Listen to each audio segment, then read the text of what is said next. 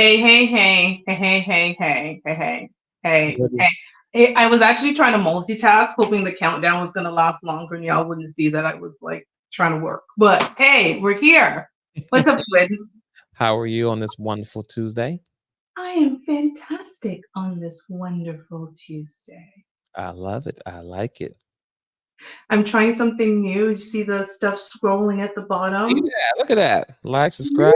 You know what I'm saying? I like that. Right? I'm like learning the thing, doing the damn thing, making sure people know they gotta like and subscribe.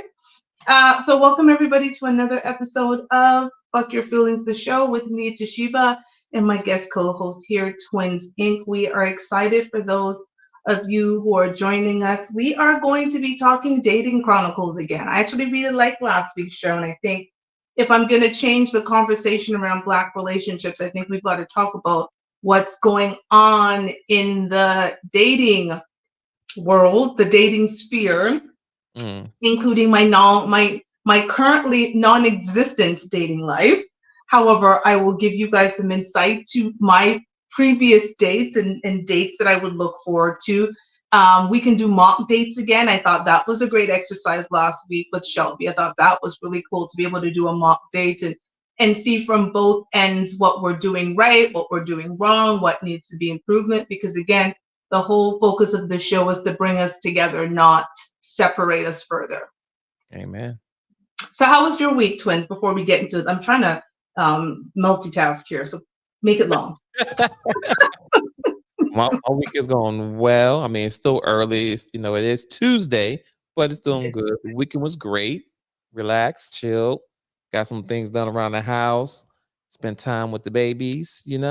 Nice. And here we are to talk about relationships, marriages, all the good stuff. And all that good ish. All that ish. And, Well, and like you said as well, our goal at the end of the day is that we want couples, the black family, to be together. So this is not trying to cause division, right? We're trying to do the opposite of that, right? We're trying to add, combine, join together, not separate. all of that. I All getting of up. that. You good now? You good now? Not quite, but I'm gonna make it work. Uh, okay, I'm Y'all gonna try. make it all work. It was Mother's Day for me. If for those of you who do not know, and you probably already do, I am a mother. I have a 22-year-old daughter, and it was fantastic. What we did is when I was pregnant with her, and when she was little, Red Lobster was like the spot. I used to go to Red Lobster quite a bit when I was pregnant. That's where her father used to take me. He knew when I was hungry, he'd just be like, "We're going to Red Lobster." And then as she was growing up, I continued to go to Red Lobster. So she took me back to the same Red Lobster I used to go when I was pregnant with her and when she was a kid. We've gone to a variety of them over the years in the city, but that one has fond memories because that's the one me and her father used to go to when we used to bring her when she was a baby. So we did that and we came home, we watched a movie. Watch The Beekeeper. Everybody, if you have not watched it on Prime with Jason Statham, Yes. really good movie. Jason Statham is one of my favorite actors, and it was a really good movie. She ended up falling asleep on me, but at least she was laying on me in my room just like she did when she was a baby. So it was a beautiful, beautiful Mother's Day. Let me find out you like action movies. But yeah, I Jason. love action movies. They're my favorite. So Jason Statham, Liam Neeson, they're two of my favorite actors. Okay. Okay. All right. Cool. I have to put this comment up here. And for some reason my TV decides that it doesn't want to play our show, but we're about to do this. So I had to put this, and thank you, Jeff, for joining us. So Jeff is saying, "Hey y'all, I'm glad you guys are trying to bring some unity to Black love instead of all the division in our community." Amen. That is what we were about. We're here to change the Victory. conversation around Black relationships, and we have to talk about the good and the bad because there's absolutely some bad. Well, hold on, y'all. I've got some garlic chicken wings in the oven, and I didn't turn it off before I started the show. So give me 1 second. Let me go turn it off. Hold on. But yes, thank you for the good comment. Yes, that's the end goal. Even though that me, and Miss people both been married and divorced. Marriage is not off the table, and anyone else listening, it's not off the table. You know, there is still a process of healing we got to go through, but it's still on the table. We're just not at this moment. But we do like, but we do want to be in a long-term committed relationship with somebody. I know I do. My divorce. Let me just tell you about my divorce. Let me start with I love marriage. I love marriage. I love the concept of being married. I love being a wife. That's all my parents ever wanted me to be. I'm sure my father is up there having conversations with Jesus. And my mama is praying for my next husband because marriage was always the thing. They wanted their daughter to be married and be a good steward to her husband and all of that different things. And I love the concept of marriage. I loved being a wife. I loved being a helpmate. I love caring for another person. That's my thing. I love that. But my marriage, although it should have left it a bad taste in my mouth, I was always like, you know what? I just married the wrong person. I married the wrong person. And even if he was the right person, it wasn't the right time for us. We're both in our latter 20s. He was still, doing his thing.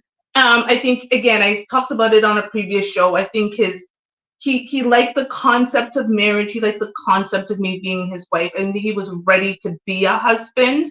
And sometimes you're just not ready to be a husband, or you're not ready to be a wife. It doesn't make you a bad person. It just means that you are not ready at that time. And I think, try as he may, my husband, he still wants to be in the streets. I'll be honest, my husband really wanted to be in these streets and still have a wife. And my divorce took years. It's funny when people are on Kendra G, and it's interesting when people who don't know about marriage have an idea and talk about marriage. But Kendra is always talking about people who are in these long separations. Well, I was one of the people who was in a very, very long separation because my husband and I haven't seen each other since I left him the day after Father's Day 2009, and I actually didn't get officially divorced till 2022. Wow. That is when I officially got divorced. After separating since 2009, I got divorced in 2022, not for trying. I actually filed for the divorce, sent him the papers. He didn't put in the papers. I came back to Canada because he was in Vegas. I came back to Canada, went online, realized my divorce papers weren't in. Got into communication with him. He told me I was the only woman he ever wanted to marry, so why would he divorce me? So he can, I can go find someone else. Then we lost contact, didn't speak. I reached out to lawyers. They told me I had to put an ad in a newspaper for 30 days. There were all these different advice that lawyers were giving me until finally it reached a point where I was able to petition the court to do a no-serve divorce. So I was able to show through emails, attempted text messages, private investigators, that I'd made all attempts to be in contact with my husband. And despite that, he wasn't responding. And finally, it was a court that was able to say, yes, Ms. Billings, you are able to proceed with the divorce without serving him. So do not go into marriage lightly, people. Do not, because it is the most important piece of paper you will sign, I think, other than your house deed or your mortgage. It's no, actually, for men, the other one is a birth certificate.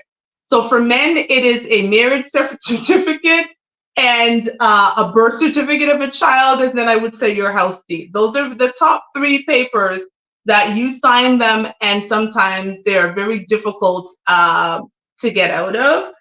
But despite all of that, I love marriage. I love marriage. Like, I love it. I don't know. And maybe you feel differently, but even after my experience, and my husband had a couple of babies on me, and whatever. Well, let's talk about this, right? Because you said this earlier, and I think most people who've gone through either a divorce or through a breakup, they'll say the same thing as far as we chose the right person or the wrong person, right?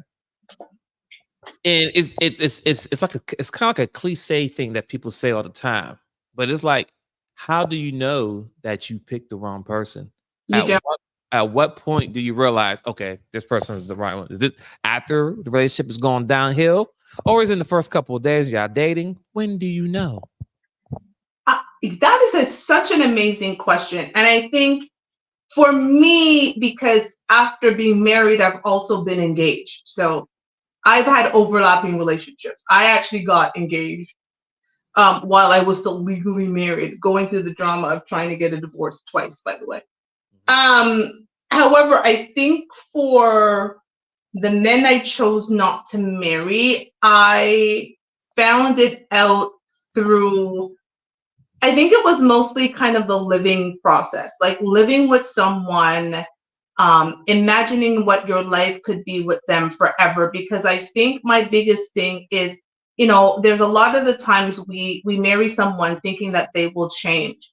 And I always say, can you marry the person how they are right now if they never change? Like ever. If this is them forever, can you marry them with their quirks, in their financial situation, at their weight, at whatever is going on? Can you marry them right now and love them forever? And I think in previous relationships, I think what I found is as I was going through it, I was like, no, because the life that I see for myself, this isn't it.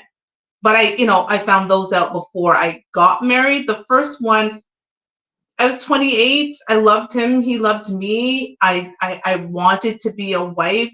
I wanted the concept of marriage. I wanted to settle down. He wanted the same thing. He had courted me for years.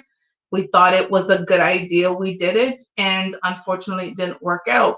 But I just, I have always said, I hope he's a better husband to another woman. Like, I think at the end of the day, I think sometimes we forget that different people bring different things out of us. And just because my husband wasn't the greatest husband to me doesn't mean that he won't be a great husband to someone else. And that's why I don't necessarily believe that when women get together and they've dated the same man and they talk about, what he was like with them or what he was like with the other, and try to, especially if it was bad, and then try to say, girl, don't date him because he wasn't great. He wasn't great to you. And I truly believe that my husband could be a great husband to someone else. He just wasn't the greatest husband to me. Okay. Makes sense. So when you said the one thing you said earlier, the person that you're dating at that moment, if that person doesn't change, right? Could you marry that person? Could you still be with that person if they don't change, regardless? You marry them for who they are at that moment, right? Yeah. Now it's one-sided, and it's for the person who's going to accept that. So, for example, let's say me and you were dating, and you like me for who I am right now. You, from your point of view, you love where I'm at right now for who I am right now at that moment, right? But it's one side because it's not communicated with me, like how I feel about you, vice versa, right? Is that a conversation that you have with that person? I mean, I'm just saying hypothetically, right? Are you having that same conversation with that person? So if you choosing somebody based on who you are right now, are they looking at the same way that you're looking at it too? Does that make sense what I'm saying? No, it makes sense. And I would hope that we're doing that. I would hope that if we're going to get into something like marriage, right, that we are having the conversations, like the real conversations. You made a point, a few weeks ago about nobody talks to you as you're going through the marriage stage. They talk to you after, when you're going through divorce, right? That's when everybody has all this advice, right? Everybody right. Right. But when you're going through the marriage stage, it's this, oh my God, congratulations, great. Everybody wants to help you with the planning, but does anybody really sit down with you and say, hey, you need to consider X, Y, and Z? And at our big age, I'm not expecting at 40-something years old for my mommy and my daddy, rest in peace, daddy, to sit me down and have a conversation with me or my best friends who have been married. I expect me and my significant other to sit down and say, can you love me 10 years from now if I never change and I am this person? And I would have to ask him the same. If I never change and I am this person, can you love me forever? If our finances never change, if our lifestyle never change, if our weight never changes, our eating habits, me smoking, whatever it is, it never changes. Can you say I do to this, knowing that this is forever.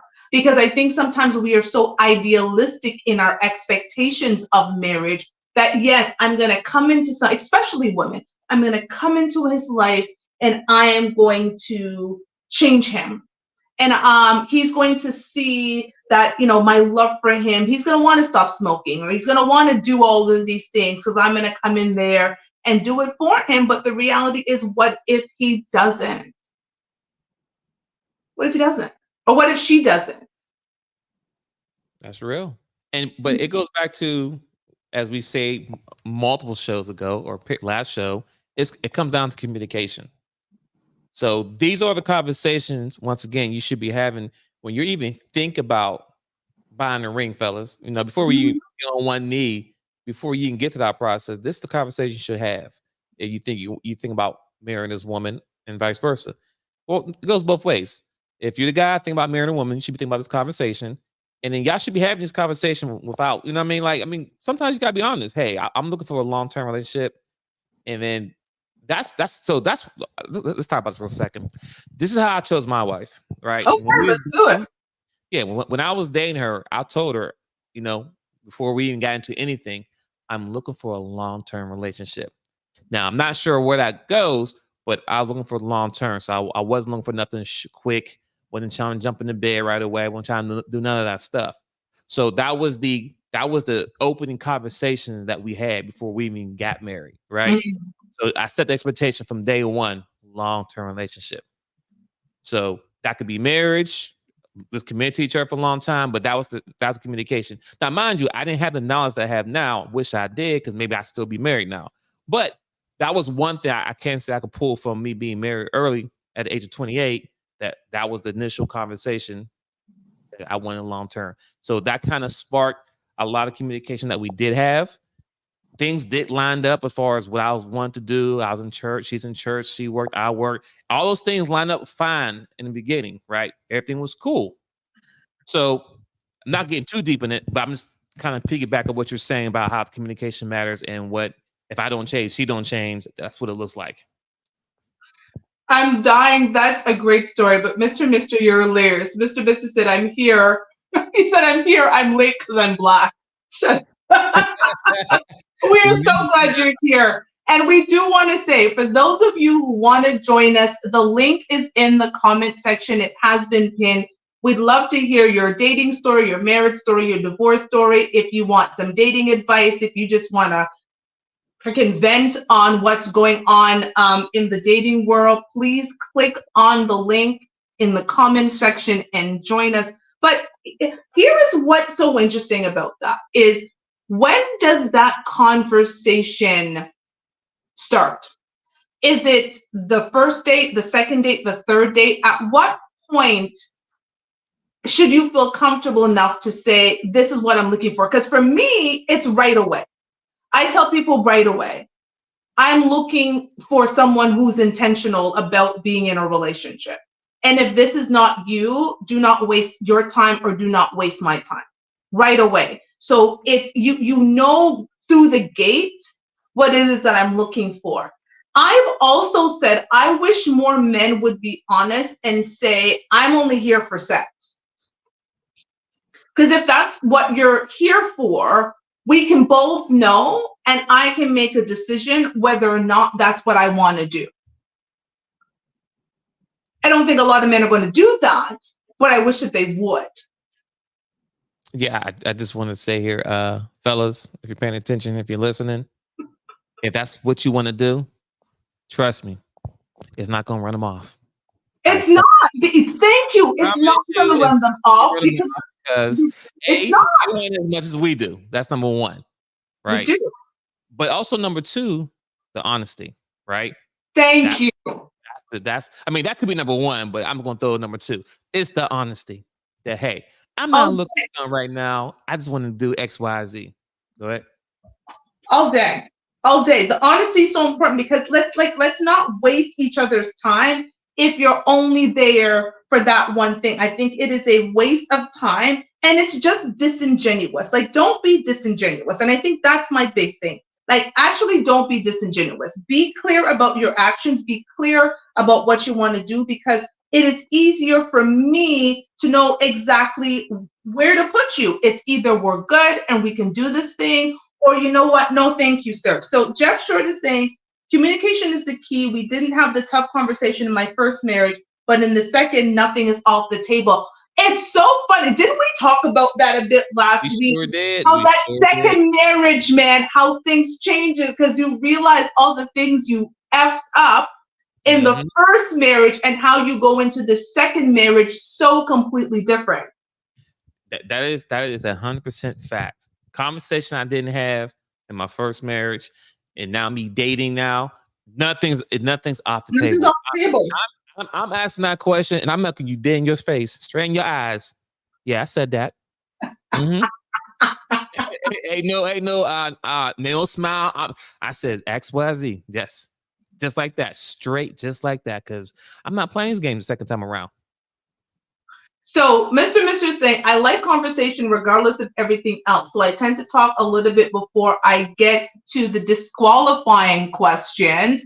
And I ask those questions before going on a date. Mr. Please come on, click the link. And because I want to understand what the disqualifying questions are, because I think that is important for women to understand when they're disqualifying themselves, right? And I think women also have to have their own disqualifying questions. I'm going to be telling you what my disqualifying questions are.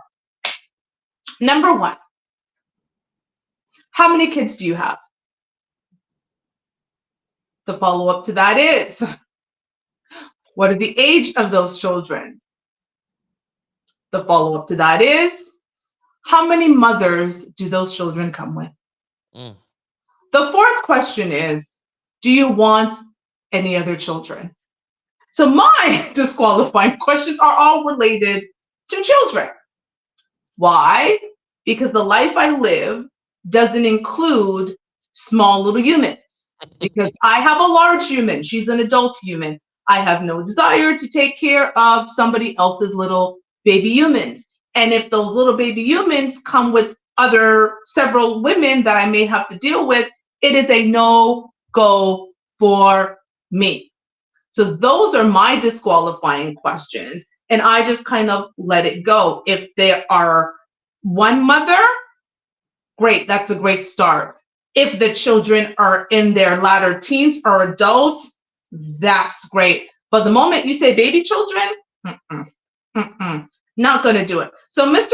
is saying, oh, I should have put my TV different. If you learn from your first marriage / divorce, then why do the statistics say that the likelihood increases from then on? I don't know. I can say everybody that I know in a second marriage has lasted longer in their second marriage than in their first. Yeah. Now, the people I know got married young, took some time, worked on themselves, and then got married in the latter part. So late 30s. Like one of my best friends got married when she was literally a teen. She was like 18, got divorced, took some years, and her 10-year anniversary is in July. So she was by that time in her mid 30s when she remarried again and learned lessons from her younger marriage. I don't know about you, twins. Do you know people on their second marriage? Yeah, I definitely know people on second marriage. And I kind of understand what he's saying in the sense that some people's second marriage fell. And I'll say this, most people that get married, right, in the first marriage is usually they're in a marriage for a long period of time, right? Like maybe 10 plus years. Now, people who are married for like 3, 4, 5 years, because I know one guy, and all the people I know one guy, he's been married 3 times. Oh, Jesus. Right. He came out using one marriage, then got married again and got married. Like he's just what you call people? A serial marriage? A serial marriager? Hey, whatever you want to call it. But I don't think that person have taken the time to understand and find out what love is or companionship. Like he needs to go through counseling to fully understand, because the idea of being married sounds great and he loves that. He wants that, but it does come with a lot of work, right? You just because you married, the world doesn't stop.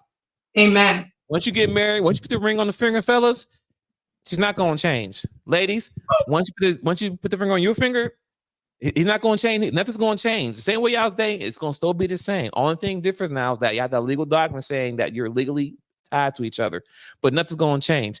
You two have to put the work in for that change that happened, right? And it goes back to what everybody's been saying this whole show today: communication. Mm-hmm.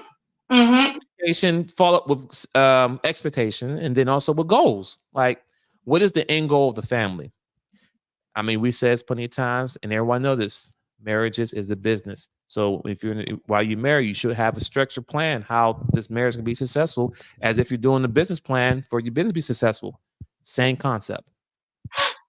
Jeff, I be here making up words, okay? Jeff was like a serial marriager. I be making up words, okay? I am here. You know what's so interesting to me is you said something that is such a dirty word to people, and that's the idea that marriage is a business. It's dirty. How? Dirty word. Because we were supposed to marry for love. Well, first off, I got to stop there. That's like a trigger. Love. You should never, ever get married based on love. Love comes and goes. I'm sorry. And men, you will never get that unconditional love. The only unconditional love you're going to get is from your kids and from a dog. That's simple as that. That's the truth. Sad, but that's what it is. That's the reality that we live in. I'm done. Mr. Go in the corner. Go in the corner. Go in the corner. Listen, I do not disagree with you. I do not and this is why these conversations are, you should marry for compatibility. Yes. You should marry based on compatibility. You should marry based on common values and common goals. Yes. Love is a feeling that, as beautiful as it is fleeting. You should marry someone who is a priority to you, and you are going to be a priority to them. You should marry someone you actually genuinely like as a person. Let me say this, ladies and gentlemen. This is good show tonight. There's two type of loves, if you didn't know this, all right? There's two different loves. There's a I love you, and there's an in love. Mm-hmm. Those two different things, right? Mm-hmm. So, I mean, still, neither one of them should be the basis of you getting married. Mm-hmm. But I say, for example, my ex, I still love my ex, but I'm not in love with my ex. See the difference? I care, but I love you, but go home. Love you. Over there. You. And love is I'll walk the earth. Girl, if it rains, I'm catching every drop of rain so it doesn't hit you. That's how much I love you. The wind can't even touch you because I'm be jealous. You understand what I'm saying? That's in love. Well, crazy in love. But y'all get what I'm trying to say tonight? Mr. Okay, he said marriage is a business. Ain't nobody supposed to get married based on emotion. Women change their emotions more than their draw. Hey, you know what? He got that. No comment. Listen, sir. Hey, some women don't wear drawers. Cannot disagree. It's sundress season, so I don't know. Listen, I cannot disagree with that. And I think this is why, there's so many triggering things that happen and everyone is so triggered. This show's called Fuck Your Feelings for a very good reason. It's because I preach the idea of using logic to make decisions and not feelings, because too many of us have made permanent decision on temporary feelings. Cue kids from one night stands. I didn't even know that was a real thing until a few years ago, but I learned that it is, and it happens more frequently than I thought, because somebody made a permanent decision on a temporary feeling. And listen, once a man started telling me about the concept of post-nut clarity, I knew. Okay, post-nut clarity. When men started explaining the concept of post-nut clarity, I was like, okay. Let's talk about that. Y'all talk about that. I'm gonna sit back and listen. Please tell these ladies about post-nut clarity. First of all, who told you about that part? Who told you about that? First of all, I'd be listening to what men say. I'm gonna see this comment first before I would go ahead. So Mr. Mitchell said, for the purpose of, for me, the purpose of marriage is to build and raise a family together, and we need to have a detailed game plan to accomplish that upon which we mutually agree. Facts. Definitely agree. Definitely agree. Okay, All right. so come on, tell me about this post-nut clarity now. Tell the people, for the women who are listening live and the ladies who will watch this later, break down post-nut clarity for these ladies who don't know. You know what? I don't think it's for the ladies. It's for the fellas. It's for Okay, the all right. Okay, well, talk to the fellas, then I ain't even here. But you know what, ladies, you're going to hear it anyway because you just happen to be sitting in the corner as well. You got your ears up. Fellas, the post-nut clarity. I don't know who came up with it. I don't know where it came from, but it is a thing. I'll give you an example. You know, we all seen a commercial of Snicker. You know, Yes, you're not you when you're hungry. Oh, you just hungry. Eat a Snicker. And they eat a Snicker and like, oh, I feel better now. It's that same concept, fellas. You gotta rub one off before you do anything. Because right now, when you backed up right now and you don't know how to act because you need to release your frustration, rub that one out, and then you might think, Claire, you know what? I don't go out now. I don't want to go to Ruth Chris now. You know what I'm saying? Because all I was doing just take her out so I can get some. Oh, I don't feel like taking our cruise. I'm not supposed to do that. I'm not supposed to lose a good meal out of it. Listen, see, that's how frustrated that we men get. It gets to that point. We'll listen, men will pay for it. So let's keep it real. Like we'll pay for it if we could. Like if we can walk up to the best woman we know in the world, hey baby, it's $500. Let me have you for the night. Okay. I mean, you can do that in Vegas, but I digress. Here's the thing. You know what? You know what? I would give ladies the same advice. Ladies, when you are going out with that man, that is just so fine that when you look at him, you think, oh my God, the things that this man can do to my body. Before you go on that date, take your rose and get to town and go on that date with a very, very clear mind. I may or may not have done that in the past. I can neither confirm nor deny, okay, whether I have taken my own advice, but I have heard on the streets that this actually does work, because the issue is so many of us go into these dates with these expectations, and to Mr.'s point, are not even asking the disqualifying question, which is the funny part about what I love what he said. He didn't say the qualifying questions. Often we ask the qualifying questions. I am with Mr. I tend to ask the disqualifying questions before I even agree to the date. Because if you answer my 4 disqualifying questions incorrectly, there's no need for a date. If you got multiple children by multiple women, you're out. If you got young children, you're out. If you want more children, you're out. And if you're looking for a stepmommy, you're out. So this actually goes back from last week's conversation. We talked about disaster dating, right? Remember we talked about that conversation? Yeah. So this is another reason why I never really had a bad date, because the conversation I had prior to leading up that. Now, I don't have a set of questions like you have lined up, which is good, but just if I can have a conversation with you and I can see that, okay, if we go on a date, there's no date 2. So why am I wasting my money and my time for somebody I know for a fact we're going nowhere. And if I know my chances are like 0 to 10% to getting the cookie, I'm not spending no money at all. I'm not wasting my time at all. So, but the point I'm trying to make is that on the first date or at all. Clarify that. Anyway, as I was saying, Negro, we are here to give the people them advice. Okay, don't let me get Jamaican on you. What? Hold on. Is this on the first date or overall? You're not gonna get the cookie. Okay, so the first date is not as was you paint it as the first date, right? It's the first time we're going out together, yes. But we've been having conversations from I don't know how long prior to me going out. You are trying to use semantics, okay? You're not trying to count all of this time talking as if that's the dating phase. No, of course not. Semantics. Ladies, semantics. All I'm saying is that All I'm saying is this: most women that I meet or know, I either know from a friend, I met from work, X, Y, Z. So I seen you around. We talked X, Y, Z. But if I'm gonna take it to the next step, that plays a role. Sir. I'll just say this: I don't have one night stands. If I sit with a girl, I know the girl. I know her. So it's not like, oh, pregnant. I don't know who the girl is. I don't know where she lives. I don't know her last name. I don't know her mama. No, I know all this information. I know where you live. I know your family, your brothers, cousins, whoever it may be. So that's how I work. It's different for everybody.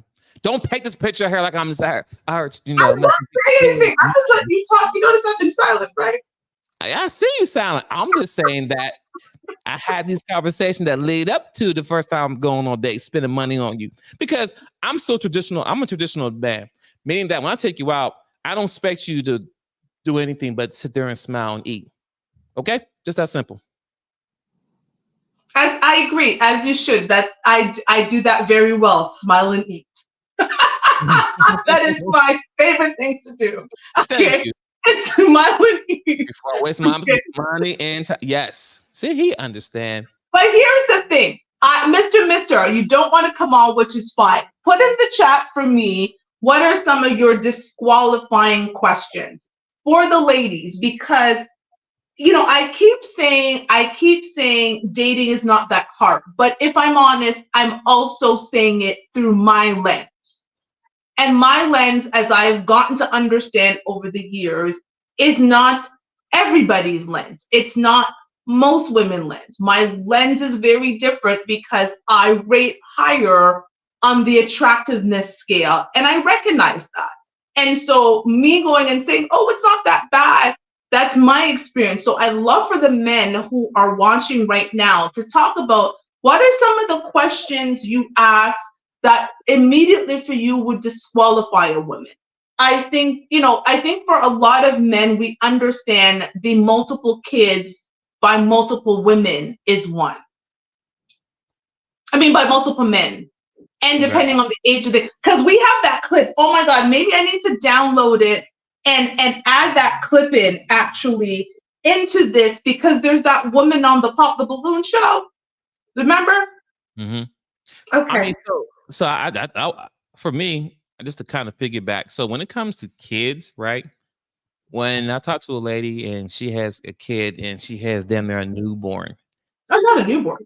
That comes out like a young child. There are women out there dating with young babies. I'm saying like maybe between 4 to 8 months, somewhere in that range. What?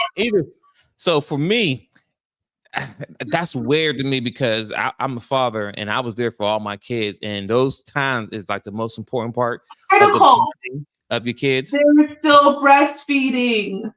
Yes, breastfeeding, all that, and that bonding, and it's like weird to me that okay, so you're no longer with the guy's father, but you back out here on the streets dating again already. Like, how that makes sense? Like, if anything, you should be having time. If first healing your wound, that's number one, and then 2, nurturing and preparing your young baby boy or baby girl. Not out here chasing a new dude. Like, that doesn't make any sense to me. Like, how you even think about talking to anybody? And I see a little baby, like I will have a fit. I will go crazy if my baby daughter or my son was around some random dude. That's me. I would lose my ish. So that's weird to me. So that's definitely a disqualification. Period. I don't care about no date. The conversation about done from there. After that conversation, I'll probably talk to you again. Sorry, that was me. I'm now on the screen twice. Ignore me. Okay, 2 times. Let me turn the camera off. That was not my intention. I'm trying to add something into the thing so I can play for everybody else. We did not need. Hold on, we're hitting it. Okay, so. Okay, Mr. is cooperating. Bringing to you Mr.'s disqualifying questions. Okay. Do you drink? Question number 1. Do you smoke? Question number 2. Do you do any drugs?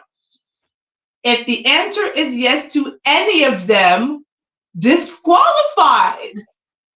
Interesting.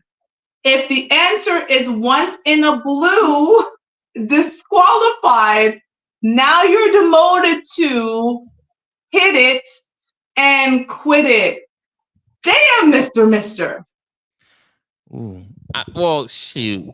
Do you smoke? So I don't Smoke weed, smoke cigarettes. I that's all about to clarify. Yeah.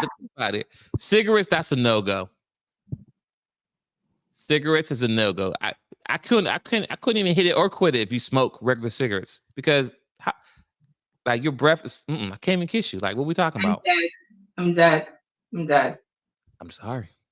I'm dead. I'm with you. The cigarettes for me is a no. The weed actually also for me is a no. I know people are like, you're Jamaican. What are you talking about? The weed for me is like all the time. Like I've experienced that in previous relationships, and I can tell you just like it's not for me, it's not my thing. So I agree with you, but why the drinking though? And is it heavy drinking? Is it someone that goes out and drinks when they're at dinner? Like, is it drinking like all the time? I'd be curious. He said, I myself don't do any of the above. I respect it. I respect it. So he doesn't even want, so Mr. You don't even want a social drinker. Interesting. Okay. Twins, what about you? What do you think some of your disqualifiers are? I'm putting you on the spot because I done talked about my disqualifier. I'm trying to get in here to put this video up, and I don't know if this is going to work, but I'm going to try again. It's fine. It's fine. So smoking, I'm not a smoker at all. Newborn babies. Like, I mean, a kid 1 year, like, shoot, 2 years and younger. If you have a kid that young, you have a date, it's not gonna work out. I'm sorry, baby. I'm sorry, doll. And for some people, it may work, but for me, it's not gonna work because I've been an active father of my kids. My son is 10. My daughter should be 12 this year, and I was there for all that time frame. So I was, I'm a very active father, so I can't see myself around some others, man's baby, child. What else? The lack of drive, like, How do you determine drive in a woman that you're just meeting? I do a lot. I listen a lot, and I take mental notes. If you keep saying the same thing over and over and over and over again, and you don't have no plan of action, there's no drive. Like you can't keep crying to me about, I hate my job, this job, that. But then you're not in school, you're not doing these. You don't have to be in school, but you're not in school, you're not doing any self-taught training, you're not doing anything, you don't have a side hustle business. What are you doing to get yourself out of position? And then secondly or thirdly, are you looking for another job? So if you do none of those things, there's no drive there. You just want a pity party.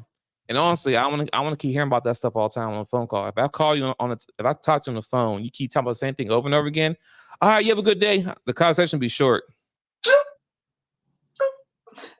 It's funny. Neither one of you said this one thing that I grew up understanding that as a woman I needed to do, and that's cooking.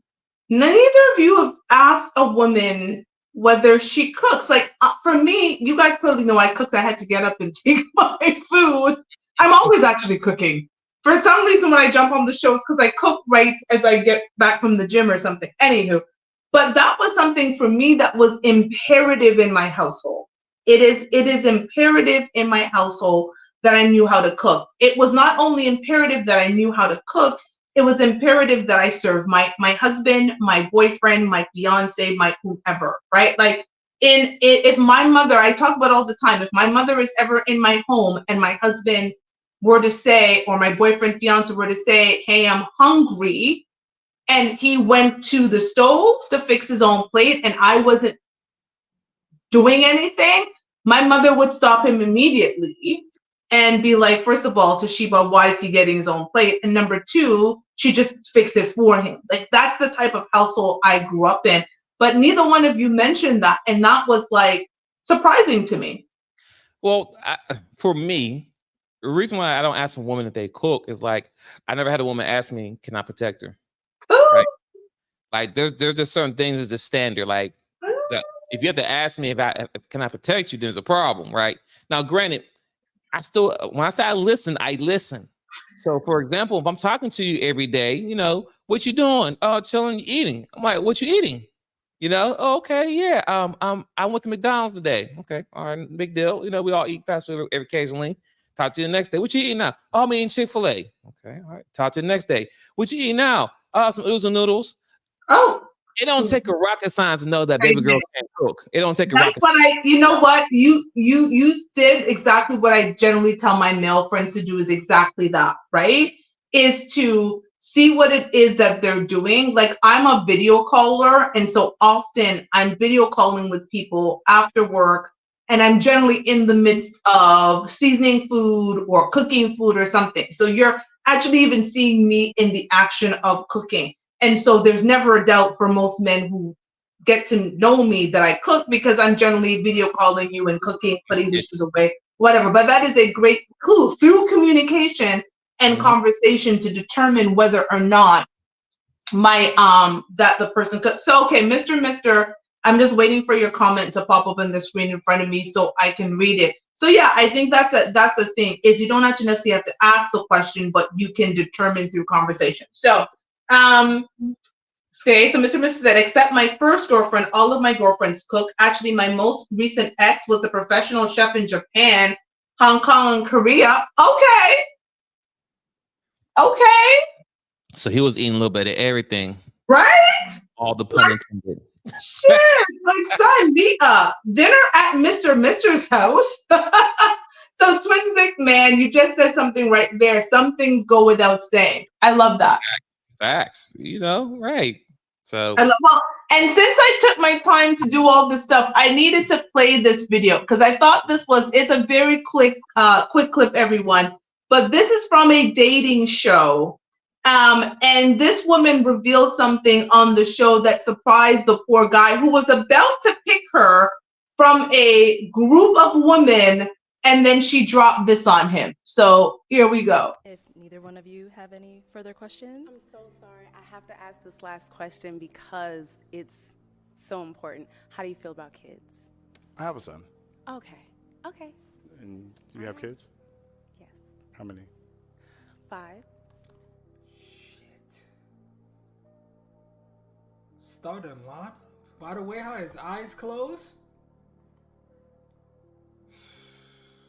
Bro can't believe it, bro. Chat, y'all ever watched that movie, Don't Be a Menace to Society? That would have just popped up in my head immediately after she said 5, bro. Got it. Okay, is that a problem? He said, got it. Oh my God, that got it. I have an 8-year-old, a 6-year-old, a 4-year-old, a 2-year-old, and an 11-month-old. It's okay. I can take it. I promise. I can take it. I'm gonna have to. I can take it. I can take it. I can take it. Just so.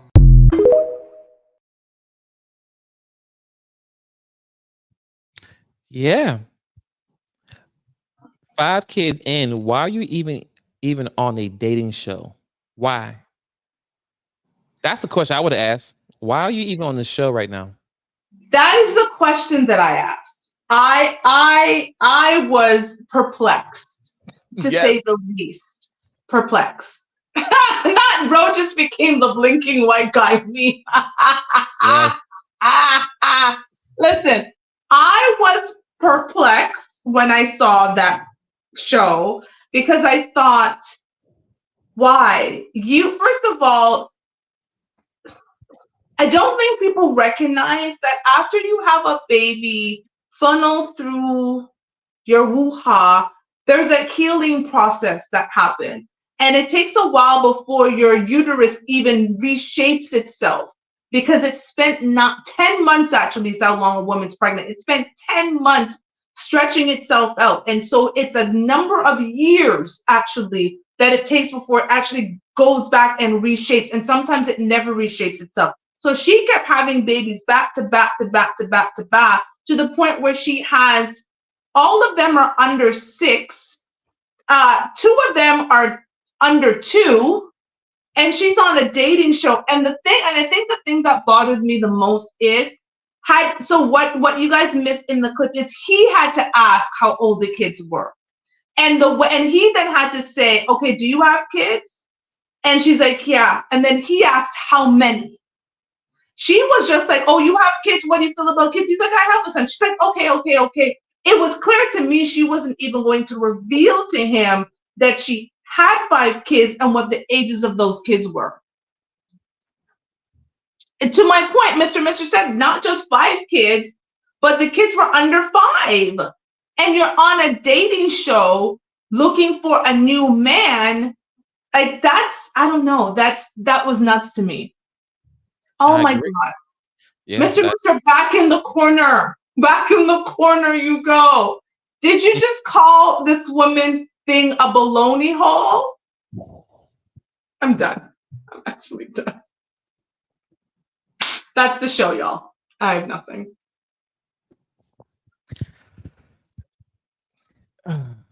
Listen, if you pay attention to the reaction of the women, like everyone's reaction was like, what?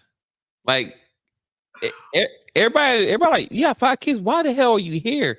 And then the women laughed. The women were like, what? And that's the thing is I actually appreciated that response because usually women are on some bull crap, honestly. And that's what, to me, the issue that I'm having with the dating market is as women were on some bull crap telling other women what.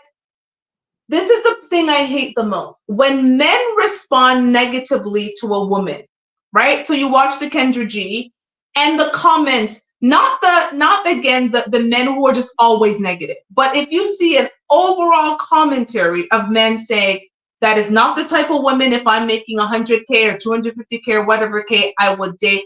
And they list the reasons. And then women come behind that and say, you guys are just hating. She's a beautiful woman. She's awesome. You guys are missing out. And I'm like, why do women take the responses of other women when they're not lesbians trying to date women? I don't actually care what women say about me in a dating situation, unless they're trying to date me. I want to know what the men that I want think about my prospects of being with them. So the fact that those women laugh, that should have told her everything she wanted to know, because not even women could understand why with 5 kids and according to Mr. a baloney hole, she was, I can't even say with a straight face, she was on that show. yeah, and I think I watched more of that show, and she's actually looking for a long-term relationship. With she has a long-term relationship with 5 people, her children. Yeah. And the crazy part is my follow-up question to Bailey, like, so if you just had so what happened in that relationship? Why are you not with that person? Like I'm gonna go up each child. So why ain't with that one? Why you ain't with that one? Because when you give a man a child, you give him the ultimate gift as a child. The highest honor you can give them. It's a child. Like, why would you do that? The highest honor. I always say to my daughter's father, he is the only person in this world with undeniable proof that we slept together. The only man who has undeniable proof that I slept with him is the father of my child. And I could literally say to everybody this, because she's right there.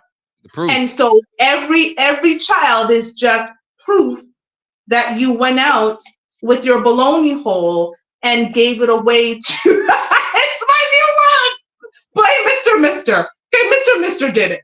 Okay, he said it. Don't look at me. Don't look at me. Okay. Well, everyone don't have one. Once again, you have one. She had 5. It ain't the same. It is absolutely not the same. That's what I say. Like, you just have proof of all the men who have just been, it's just, and there's no way those babies have one daddy. She definitely has a couple of children's fathers. Like, I don't, she said, girl, get off the internet and go find your baby father. Fathers, you missed an S. You missed an S. That woman has baby fathers. There is no way, because to me, the boldness to be on a show when your uterus hasn't even put itself back together, to be on a dating show to try and bring another man when you should be out there taking care of them babies, like that's crazy to me. She doesn't need love. She has love. When a woman has that many kids, she's already decided she loves her children. Like her children are her love. You shouldn't be dating until the last child is in like school, at least the first grade. Let me add this as well. I'm not sure everyone paid attention to the video clip right away, but I believe she was the last contestant that he was going to choose. Yes, they got there because after answering all of the questions, she was the last person. And he failed to reveal that. And this is why communication to the beginning of how we started the show is important. And this is why I told you my disqualifying questions. For me, kids and young kids and multiple kids and multiple mothers is disqualifier. So right off the bat, I'm asking you. Right. Because I'm pretty sure if we go back and watch the full episode of that, he probably passed up on some women. He did. But that wasn't part of his qualifications, nope. Right? He didn't, and it's funny though. He's like, yeah, I have a child, I have one. He made, I got one. Yeah, I got one. A child, singular. Yeah, I got one child. How many kids you got? And she was like, at this moment, she knew she messed up. She just said, and the funny thing is, the fact that she was in a space where she put her own balloon out so he could pop it, girl, you knew, so you shouldn't even be there.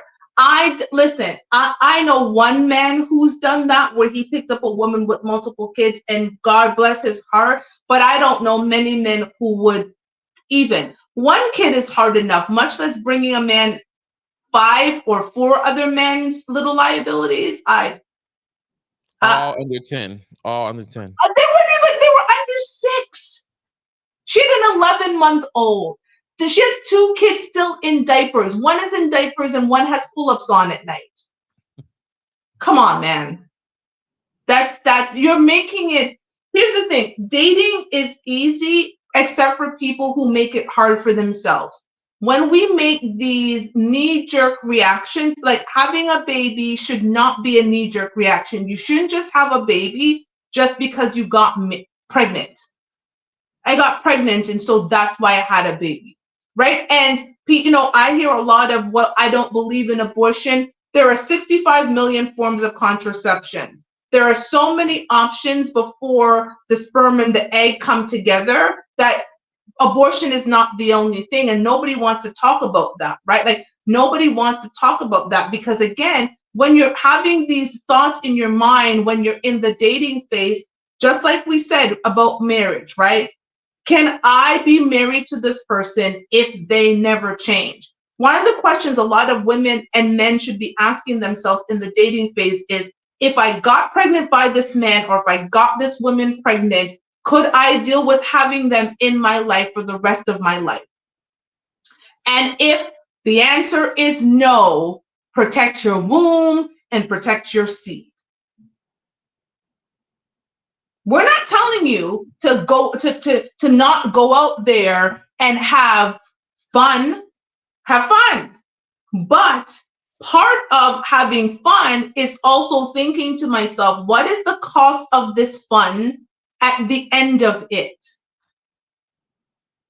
What's the cost of this fun? So I'm having fun now. Is there going to be a cost? So Mr. is saying, unfortunately, the older we get, the harder it is to find women without kids. And for me personally, where I'm from, it's been hard to find since I graduated. Drops the mic. This man said since I graduated high school. Sir.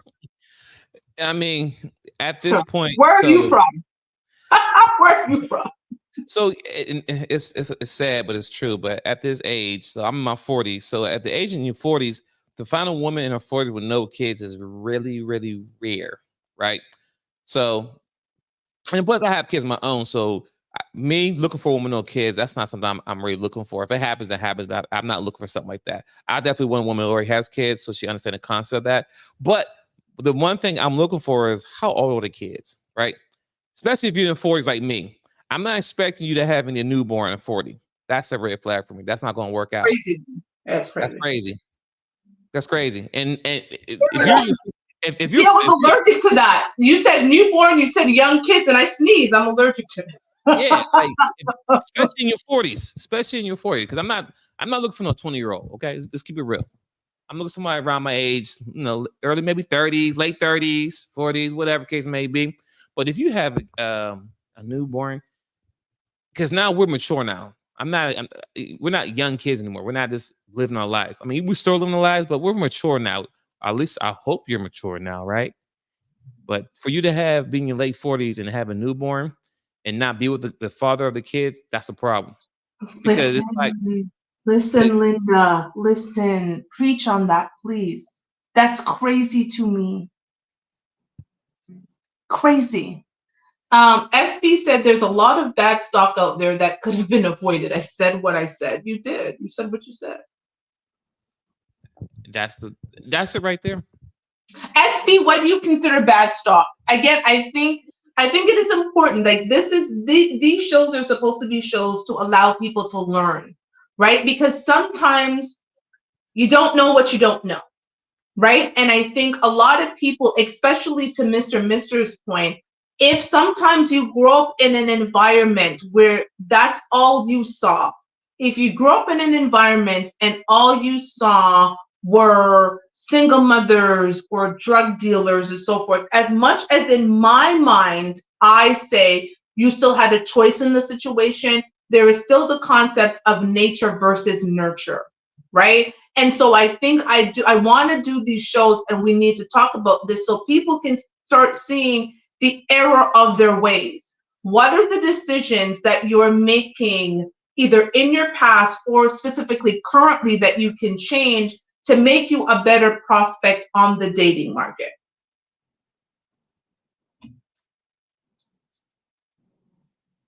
What can women do? See, I mean, I know some of the things that I do, and I try to avoid it. Like I would never, because I know y'all people talk about me. I would never show up on a date in this dress. I do it for the show because I'm a great marketer. Okay, that's what I do. But on a date, if I wanted a man to take me seriously, I'm not going to wear this dress. Right. I know it. Because I know his mind is going to, right? I'm going to dress nicely. You can't miss these, and you can't miss what's behind me, what I'm sitting on.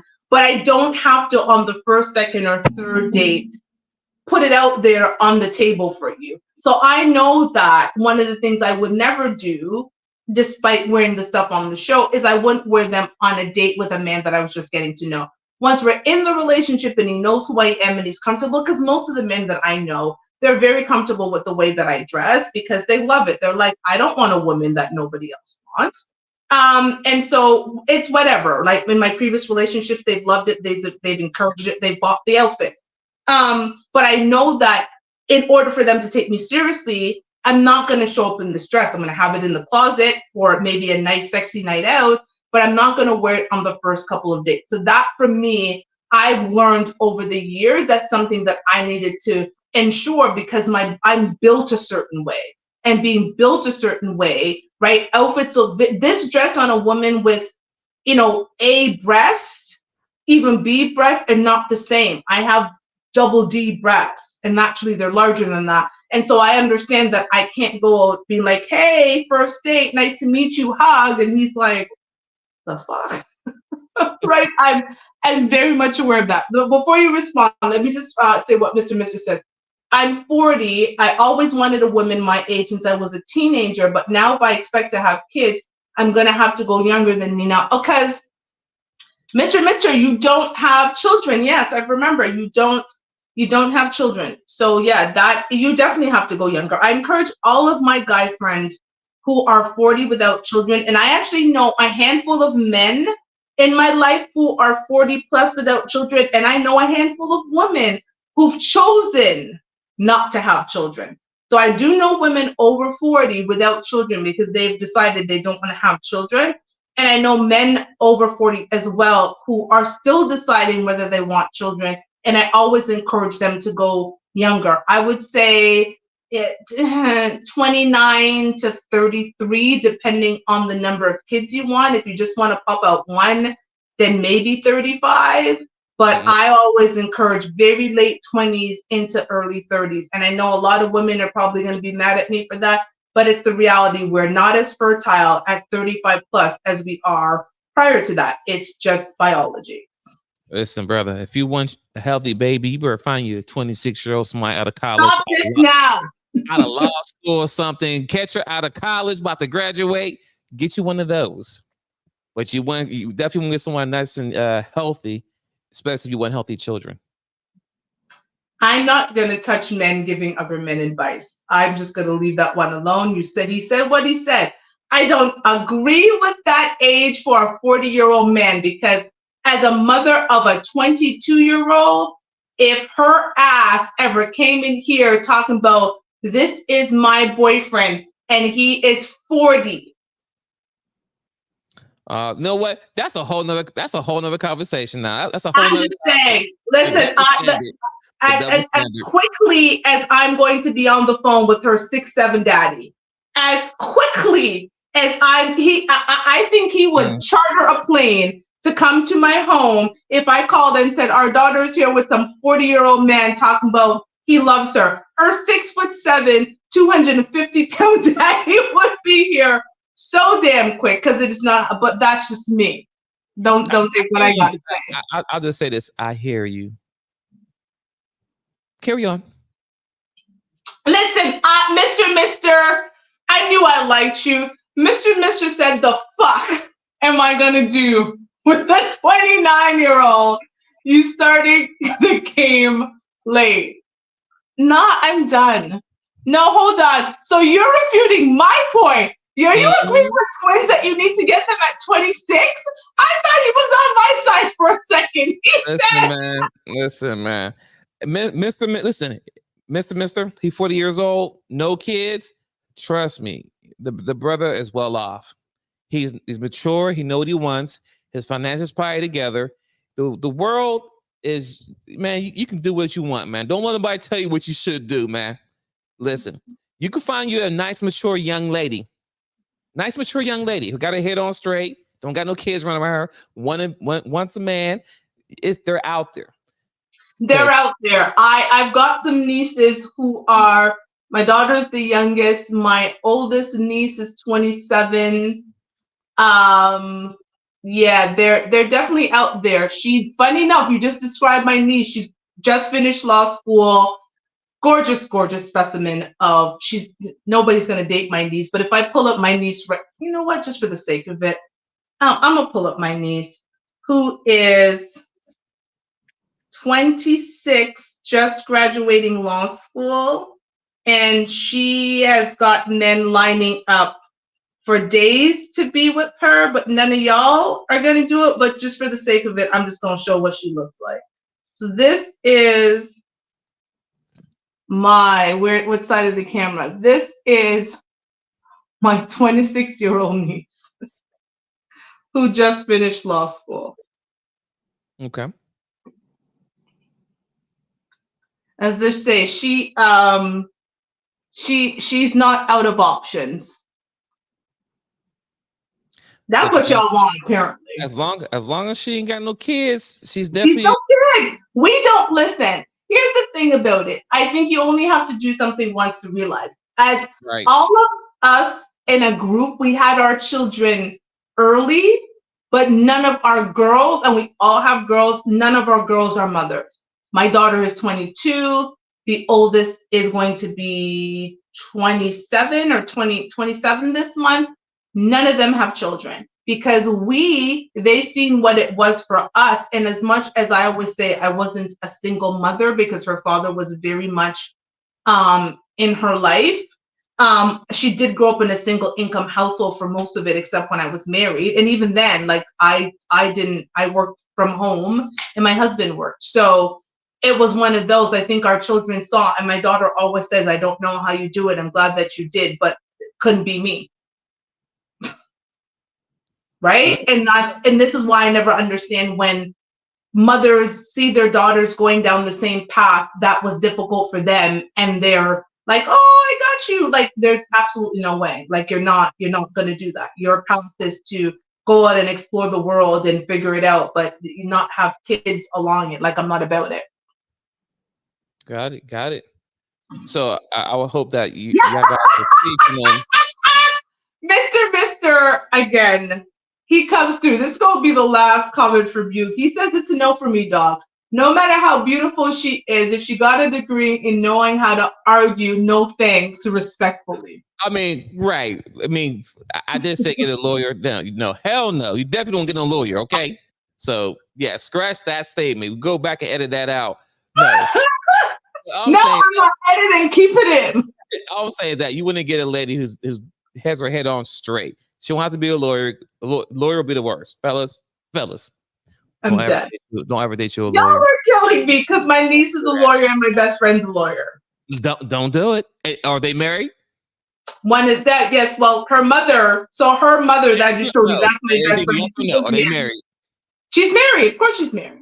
Oh, okay. All right. That's one. Is she married to another lawyer as well? No, he's in finance. Oh, well, he got the money though, so he good. Yeah, they're good. He got the money though, so it works out fine. Oh no, they're perfectly fine. They're doing quite well. I was being a little funny here, but yeah. But yeah, listen, and it's a funny moment, but the reality is you get the relationship that you want, right? Yes. Get the relationship that you want and that you desire. And it isn't from me or Twins or anybody on the internet to tell you, as long as you qualify for the person that you want. And I think that's the key. Do you qualify for the person that you want? And would you date yourself? So many times I hear people on shows like Kendra G describe someone who is completely the opposite of them. And she'll point it out. Like, hold on, you realize that that's the opposite of you. Like when people who are heavier set come on and say they want a slim, athletic person, and you're just, and she goes, go do the Kendra camp. I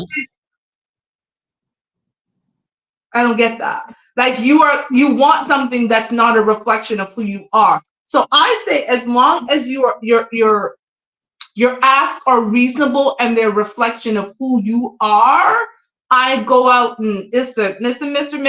If it's a 24-year-old you want to get, good on you, as long as it's not a 24-year-old I know. No, we ain't say 24. We said 26 and up. Okay, well, 20, not a 26-year-old I know. Okay, 26. Listen, I ain't got nothing to say. My parents are 12 years apart. So. Right. My mom and dad were 12 years apart, so.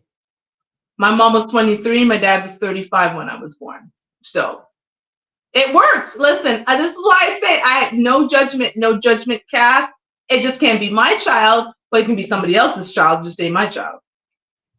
And we're good. But I mean, at a 40-year-old man, listen, a 40-year-old man with no kids, it's not as rare, ladies, by the way, as you think it is, because I actually know, like I said, a handful. I might be able to catch a toe with how many men I actually know that are in that space who do really well. Why? Because they've made great choices in their life. And that's why when you think about, as you're dating and you're asking these qualifying and disqualifying questions, you know what? Like I always say, I want a man that leads by example. And this is why my disqualifying questions about kids and multiple women, because I have learned through my experience of dating and marriage that if I want a man to lead by example, I'm looking at his examples from the past. And a man who has not protected his seed by giving women who he could not see a future with children, by not protecting his seed, is not a man that, for me, can lead me. That's me. That's a decision I make. There are a lot of women who could disagree, but you start saying you have 2, 3 plus women who have babies for you. And to your point, Twins, you can settle down with any of them. It's the same question you ask a woman when she's got multiple kids by multiple men. It's the same question asked a man. So you have all these babies and you couldn't settle down with any of those women. and you hear the stories coming. If one of the things that I want is a man that leads by example, that is not a man example I'm going to follow. Because I protected my womb, right? So instead of the ooh ahs and the feelings and what's happening in your nether regions, what people should be taking a look at is the life that this person living reflective of a life that I want to be a part of. Ooh, drop smile. That was a good one. Okay. Don't drop it. Great question, right? Is the life that they're currently living reflective of a life that I want to be a part of? And if the answer is no, then you gotta go. Look at me again. Shit, I'm gonna be a rapper. Twins is like, I'm done with you for the day. Bars. Bars. Okay? Right? Like bars, but it's real. Like dating, marriage. Listen, I don't think either Twins and I got into our marriages thinking that we would be divorced.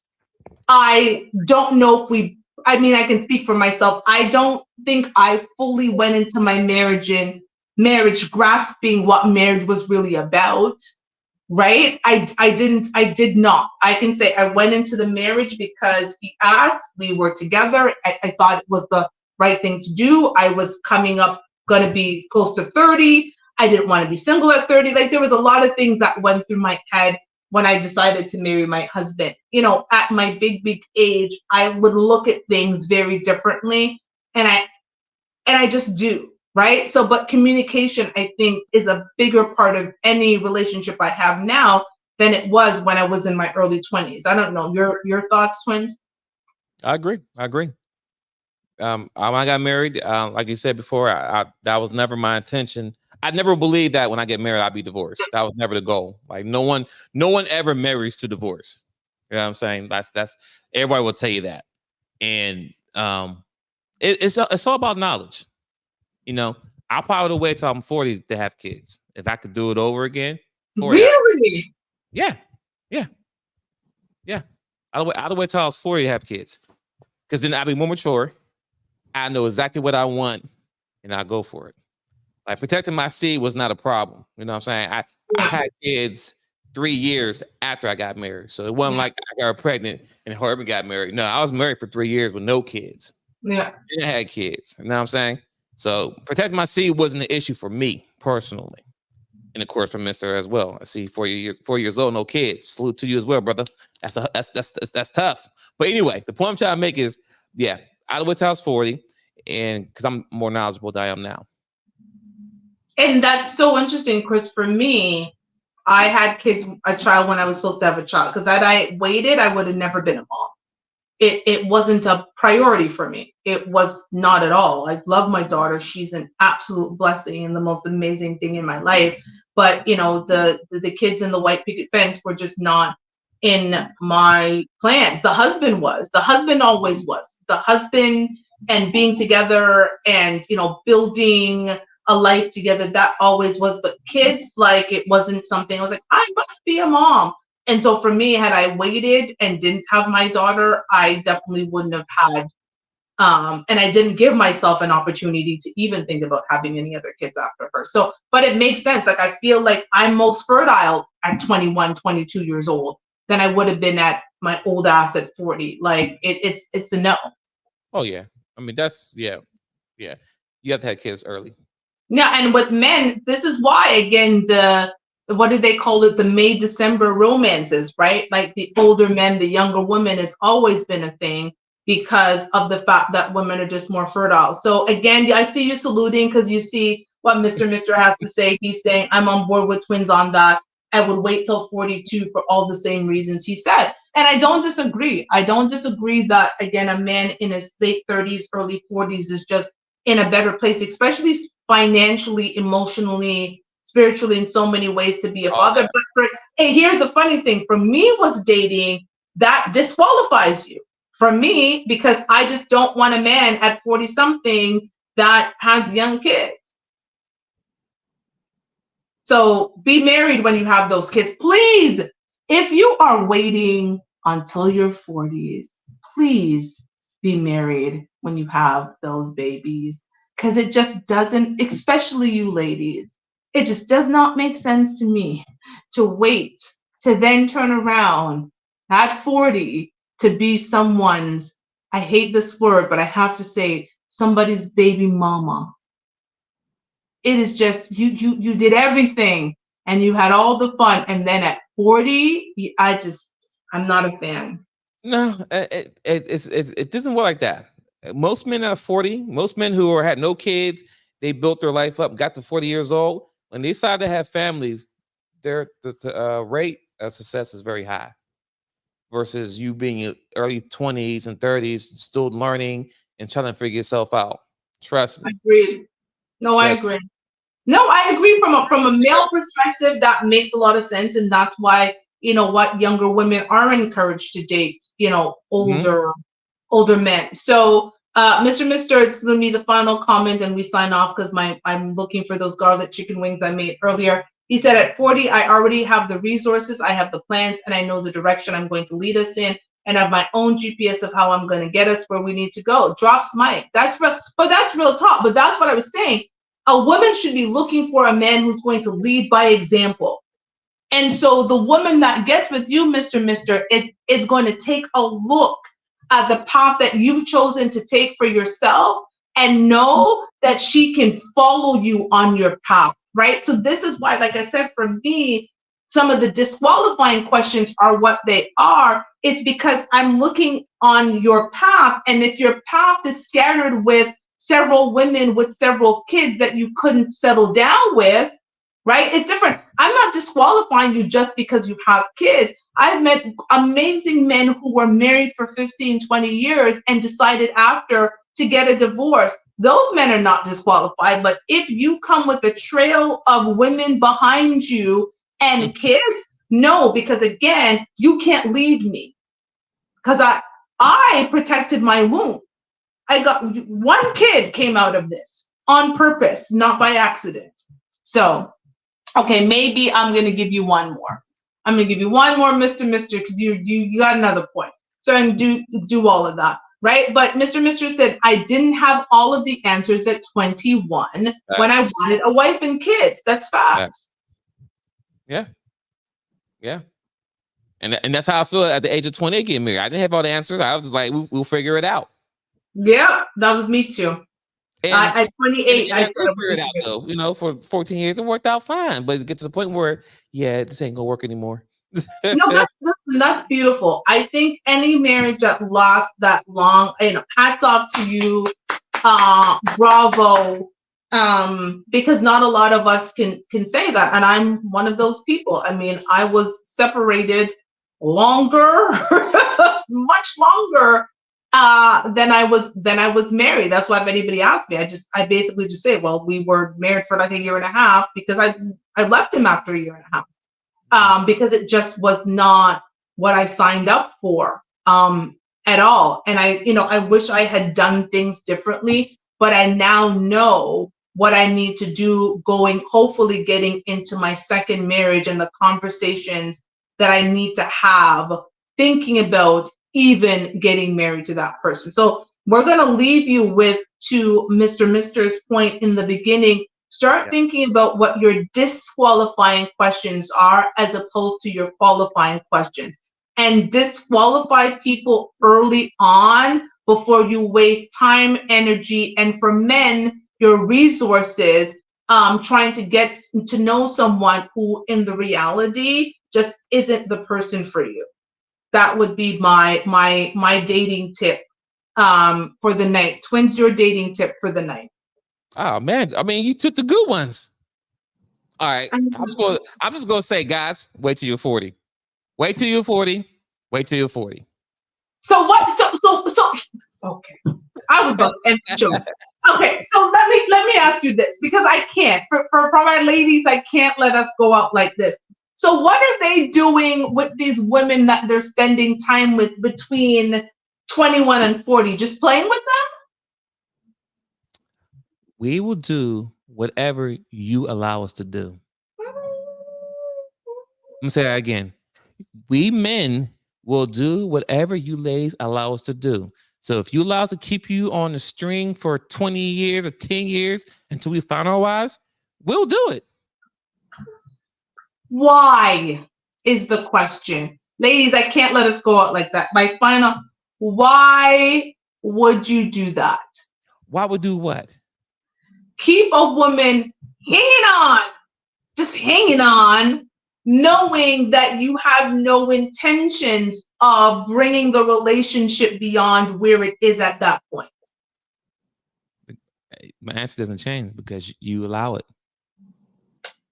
If you say no, I'm not giving you no cat no more, we'll leave you the hell alone. We're on to the next one. Like On to the next. Honestly, ladies, you control the world. You control the world easily. You have the power to change the world. It's just that simple. But because honestly, the ladies as a whole have to come to a pact together and be like, ladies, we'll no longer get out any cookie until all men must have at least six figures or the college degree, their own house, and no car. I'm not giving no cookie out till they get those things. But it has to be something that you have to do all together, because you may say no, fine, we'll go to the next girl. Guess what? She's gonna say yeah. So fortunately, it's sad. I'm not saying that it's right, but I'm keeping it real with you. We will do whatever you allow us to do. And it's proven all today because we see girls with multiple baby daddies. The girl has 5 kids. She allowed a dude to run up in her and give her a baby. She already had one. She had another one and another one and another one. DJ Kelly must be her favorite artist, and another one. We do what you allow us to do it. And she didn't require none of those guys to put a ring on her finger. So we will do, once again, whatever you allow us to do. And I'm done. Listen, I'm gonna edit this clip, boost it, tag every single blog, because you just spoke a whole damn word, and it's different when you say it than when I say it, because I have been saying to ladies for a while, we are the moral fabric of society. And what we have done is actually rip that moral fabric to shreds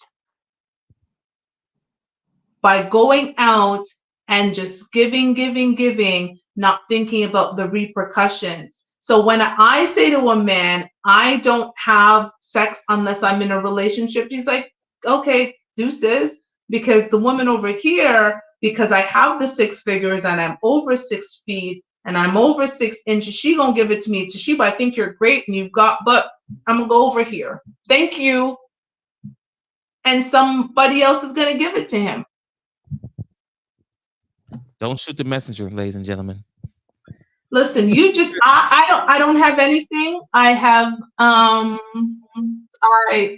don't here, see SB mad at you. Okay, here's the thing, SB. I was about to leave. But SB said, shaking my head, so y'all wasting everybody's time. SB, here's the thing.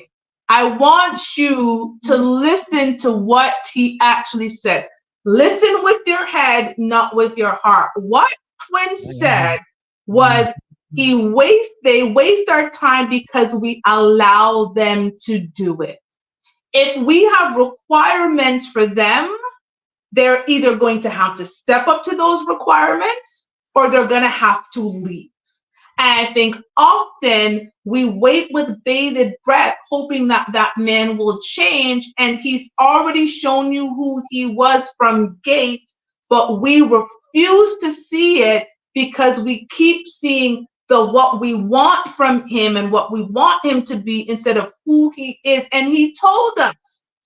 So the reality is, I feel you, SB. It seems like they're wasting our time. But the reality is we're wasting our own time. And it sucks. It sucks. Why? Because we get caught up in feelings and men get caught up in logic. Our feelings and our love tell us to stay with that man. And eventually he's going to see how much I love and care for him, that he's going to want to settle down with me. and he's looking at you and saying, I can't do life with her. It's nice right now, but I can't do life with her. And that shit sucks. It sucks. But what are we going to do? You're right. Here's the thing, SB, from the gate, this is why I preach on this show, attention versus intention. From the gate, you need to try to figure out what a man's intention is, because too often as women, we're mistaking his attention for us through his intention. And how we get to know his intentions is through communication. When he talks about the future, is it me or is it us or we? If he talks about his future in singular, girl, you ain't a part of it. If he talks about his future as in what we will do and what I see for us and the things that I see, and you are part of this plan of his, that man is speaking to you. He's telling you are part of this. But we don't listen with our ears. We listen with our heart. And unfortunately, we get fucked in the process. And this is why I created this show called Fuck Your Feelings. Because as women, we need to listen, to understand, and not to respond. Listen, I'm glad you said that point, because I needed to say that one to the ladies. Twins. I ain't got nothing else to say. I said what I had to say.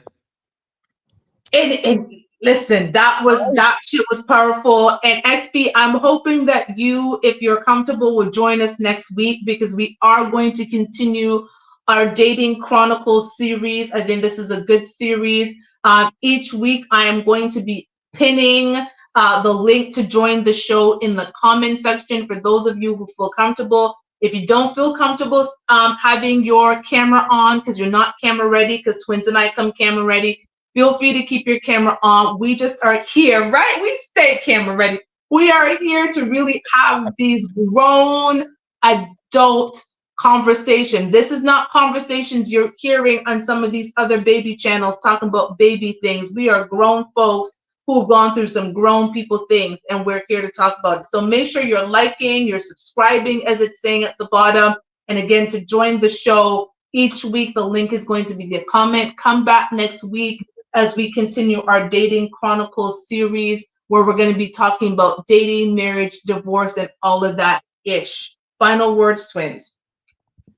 I would love to see everybody next week. SB, come up to the stage next week. Talk to us.